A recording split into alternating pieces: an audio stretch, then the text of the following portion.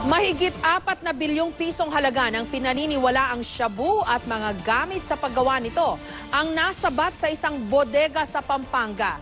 Naaresto rin ang 3 suspect na pawang mga dayuhan.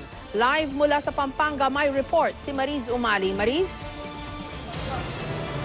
Jessica, kung makikita mo sa aking likuran, hanggang ngayon, nagpapatuloy pa rin yung sinasagawang inventaryo ng mga operatiba ng PIDEA at pati na rin ng PNP. As a matter of fact, Jessica, magpipitong oras nang nag-iimbentaryo nitong mga nasabat nilang mga sako-sako at kahong-kahong mga shabu at mga sangkap sa paggawa nito dito sa isang warehouse sa San Fernando, Pampanga. Nakatakda na sanang ibiyahe ang bulto-bultong hinihinalang iligal na droga ng abutan ng mga tauhan ng Philippine Drug Enforcement Agency o PIDEA at PNP Region 3. Sa loob ng warehouse, tumambad ang mga kahon at sako-sakong pinaniniwala ang shabu at ephedrine na sangkap sa paggawa nito. Ang mga shabu nakakarga sa kulay maroon na SUV, habang ang mga nakasako na pinaniniwala ang shabu at ephedrine isinakay naman sa truck na ito. Tinataya nasa 185 kilos ng shabu na kumpiska na nagkakahalaga ng mahigit 900 million pesos. Bukod pa yan sa 29 na sako ng hinihinala ring shabu na tinatayang nasa 3.6 billion pesos ang halaga. May nakuha ring 10 sako ng ephedrine. Ayon sa PIDEA, matagal na nilang sinusubaybayan ang operasyon ng naturang sindikato. Ito po ay sinimulan natin about 6 months ago. At tayo naman ay naging mapalad. Tinamaan natin itong kinalalagyan nitong grupo. Kaya nakakuha tayo ng mga 185 kilos ng shabu. Malaking dagok ito sa mga sindikato dahil unang-una hindi naman maliit itong grupo na to kung warehouse type yung kanyang itinayo na clandestine laboratory. Malaking pabor itong nangyari na to dahil itong shabu na nakuha natin hindi na mabebenta sa ating mga anak. Bigo naman ng mga otoridad na mabawi ang mga gamit sa paggawa ng droga sa di umano'y shabu laboratory.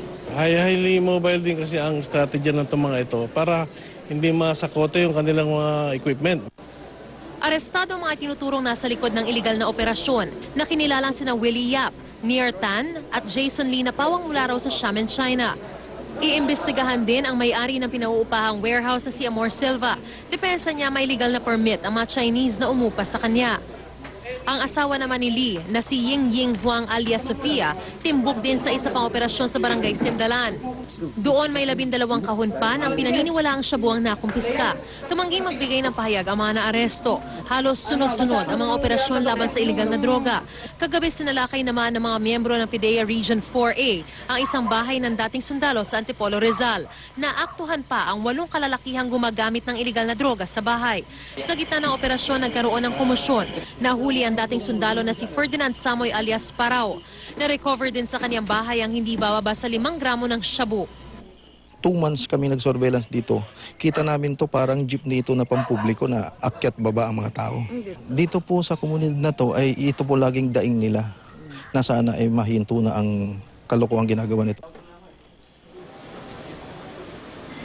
Jessica, ngayon lang ay kinumpirma sa atin ng mga otoridad na abot sa 276 kilos pa ng shabu yung kanilang nasabat doon sa isa pang bahay, doon sa Richtown Subdivision na kanilang ring ni-raid kanina pagkatapos dito sa warehouse na ito. Dito pa rin sa San Fernando, Pampanga.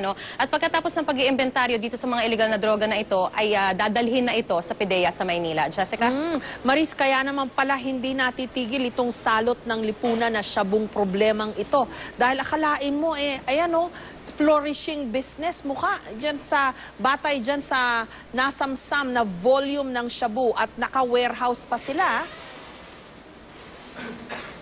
Tama ka dyan, Jessica. As a matter of fact, talagang makikita mo na talagang large scale itong operations na ito, nitong sindikato na kanilang naaresto. Bagamat hindi pa masabi sa atin ng mga otoridad kung talagang yung buong sindikato ay kanila nang natimbog o itong mga tauhan, itong 4 na naaresto na ito ay kabilang lamang sa isang napakalaking sindikato na nag-ooperate nito. At ang binabanggit din sa atin, Jessica, ng mga otoridad, talagang nag-flourish talaga itong ganitong klase ng business o industriya dahil napakarami ring kumukonsumo ng droga. magmula pa lang dito sa Pilipinas at bukod pa doon sa mga ibang bansa na posibleng pinagdadalhan din ng mga illegal na drogang ito, Jessica. Ang interesting dyan, malaman, sino ang nag-tip sa mga otoridad? 6 months daw nilang tiniktikan yan, di ba? Ano ba sabi, ano ba yan itsura ng lugar kung saan naroon yung warehouse na yan? Marami bang bahayan? Di ba yan halata ng mga tao sa paligid? Maris? Jessica, alam mo, kung makikita mo itong lugar na ito ay isang subdivision at maraming mga bahay dito. At ang sinasabi sa atin, nung itinanong natin yan sa mga authorities, no, talagang ang front nila, isang legal na business itong nag-ooperate dito sa warehouse na ito. Kumbaga, ang sinasabi nila, mga appliances daw at mga kitchen utensils yung tinetrade o ibinebenta nitong nag-ooperate daw dito sa warehouse na ito.